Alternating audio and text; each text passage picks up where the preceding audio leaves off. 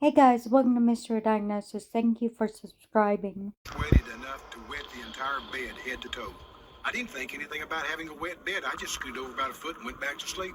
It happens again. Why is It was a little bit different this time. The first time, I knew where I was at. The second time, I didn't recognize anything about the bedroom. And what was worse, I looked over at my wife laying right beside me, and I didn't know who she was. Larry's strange episodes continue over the next couple of weeks. Larry visits his friend Jack. I said, Larry, what are you up to today? And he said, I'm going to the doctor today. And I said, well, what are you going to the doctor for? He goes, well, I don't know. I said, well, who's the doctor? Well, I don't know. And then just out of the blue, he said, I'm going to the doctor today. Weird. He probably told me that he was going to the doctor 15 or 20 times. As soon as the medics got there, they got his vital signs, and then they checked his blood sugar, and it was 35. Looks like I was right about the blood sugar. Now, what's causing it? 70 to 80. What she said is most people's blood sugar is 70 to 80. The paramedics administer a glucose shot. I remembered nothing until they had given me a shot.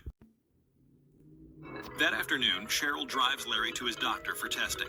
He's diagnosed with hypoglycemia. Yeah, but or what's low blood causing it? sugar. I They think tell it's him a that it should be tumor. manageable, provided he eats regularly and often. But that doesn't explain where it's at. But it soon becomes clear that even eating 6 or 8 times a day isn't going to be enough. Yes, like I was still having something these is up episodes. in In fact, I started to have them his more frequently blood sugar. and stronger, worse episodes than I'd been having. Then, something even stranger begins to happen. Each time, Cheryl finds Larry somewhere in the house, in a state of complete disorientation. I might be in the living room standing up, or maybe in the kitchen standing in front of the cabinets. I might be in the study, but I would be just standing there totally out of it.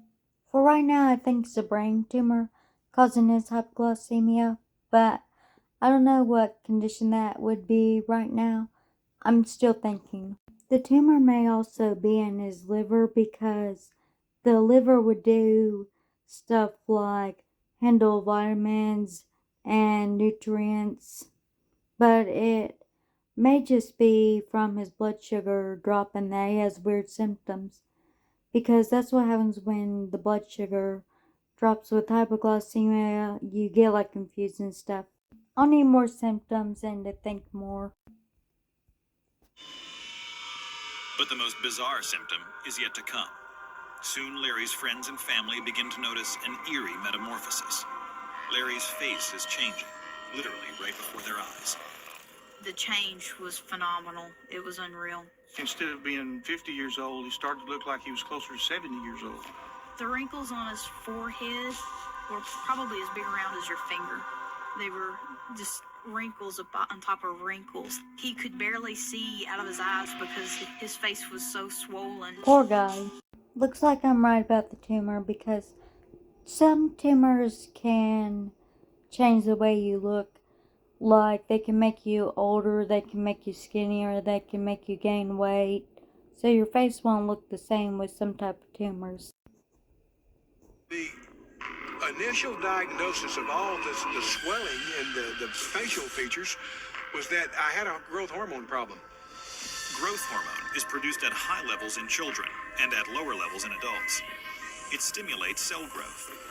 Larry's blood work shows that his growth hormone level is unusually low, but the swelling in his face and body and his abnormal hair growth are signs of growth hormone excess. Looks like I'm on the right track. After reviewing Larry's medical records, Dr. Bajaj begins to For examine some reason, Larry. thing that's He started lung over on this cancer side, the that's right-hand side, and causing he his went down like he hypoglycemia. normally do. He got to my left side, and about this fast, he said, I hear kind of a muffled sound. Normally you just hear someone taking a deep breath, but it was completely silent in there. He orders a series of x-rays. The results are astonishing. We found this very large tumor, and it looked like it was taking up pretty much the whole side of his lung. I figured out what he has. This tumor was the size of a basketball.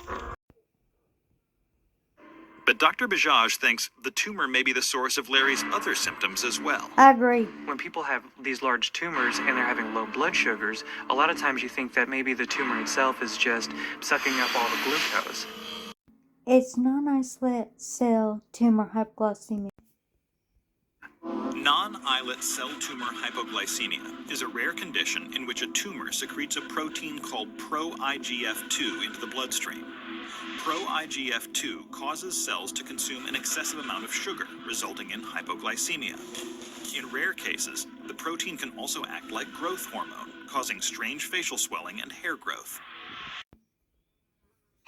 Larry's blood tests confirm that his pro-IGF-2 levels are 5 times what they should be. He's been carrying a lethal tumor in his lung for years. Results are almost instantaneous. Wonderful. As soon as the vessels leading to the tumor are cut, Larry's blood sugar levels begin to stabilize. Part of the wrinkles on his forehead had begun to relax. It was dramatic. I mean, he changed appearance almost like on the movies. Within weeks, Larry's hypoglycemia is gone, That's great. and the swelling in his face and excess hair disappear completely. Good. The doctors have said it's a miracle. We know it's a miracle. They had given me 6 months, and then they had given me 2 to 3 years. Now they're saying it may be 30 years.